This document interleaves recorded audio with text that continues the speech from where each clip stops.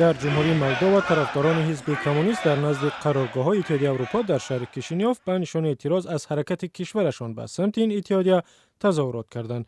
تظاهرات در حال صورت گرفت که وزیر امور خارجه مولدووا در شهر ویلنیوس پیشنهاد کرد که عهدنامه همپیمانی با اتحادیه اروپا آماده و امضا شود. کمونیستان مولدووا می‌خواهند حکومت غربگرای این کشور به استعفا رود.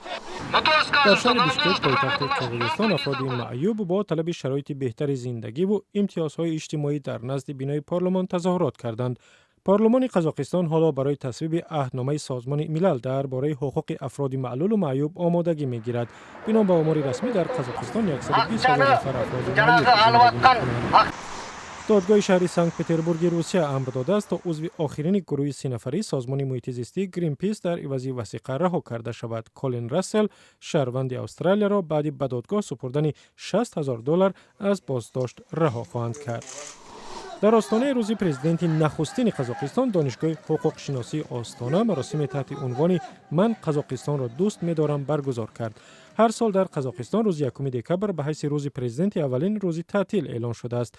تقریباً 3000 دانشجو در این مراسم شرکت کردند و سرودهای دوست داشته نورسلطان نظربایف را خواندند و رقصیدند. نظربایف 20 سال است که در قزاقستان حکومت می‌کند.